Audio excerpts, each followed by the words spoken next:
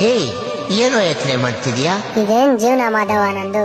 ಎಲ್ಲ ನನಗಿನ ಮುಂದೆ ಇದಾರೆ, ಎಲ್ಲ ನನಗಿನ ಒಳ್ಳೆ ಕೆಲ್ಸದಲ್ಲಿದ್ದಾರೆ. ನನಗ್ ಗೊತ್ತಾಗ್ತಿಲ್ಲ ಈ ಸಮಾಜದಲ್ಲಿ ನಾನು ಯಾವಾಗ ಗುರುತಿಸ್ಕೊಳ್ತೀನಿ ಅಂತ ಮಾಧವ, ಅಥವಾ ಹೀಗೆ ಯಾರಿಗೋ ಕಾಣ್ದಂಗ್ ಕಾಣೆ ಆಗೋಗ್ತೀನೋ ಗೊತ್ತಿಲ್ಲ.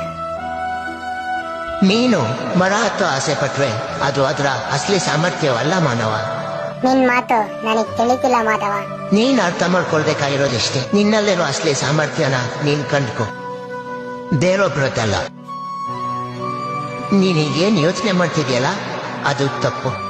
ನಿನ್ ಮೇಲೆ ನಿನಗೆ ವಿಶ್ವಾಸ ಇರ್ಲಿ.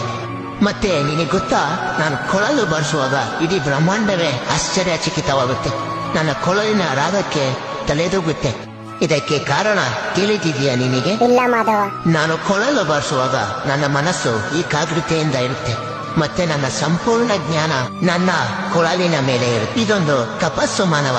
ಇದನ್ನ ನಾನು ಕೂಡ ಮಾಡ್ಬೇಕಾಗುತ್ತೆ, ಮತ್ತೆ ಧೈರ್ಯ ಕೂಡ ಇರಬೇಕಾಗುತ್ತೆ. ಹಾಗಾದ್ರೆ ನೀನು ನಮ್ಮ ಗುಟ್ಟು ಅನುಸ್ಥಾಪಿಸಲು ಈ ಜೀವನ ಅನ್ನೋ ಕೊಳಲಿಗೆ ಸ್ವರ ತುಂಬೋಕಾಗಲ್ವಾ?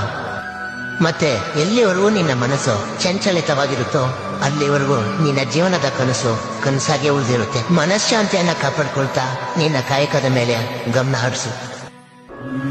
ತಿಳಿತಾ?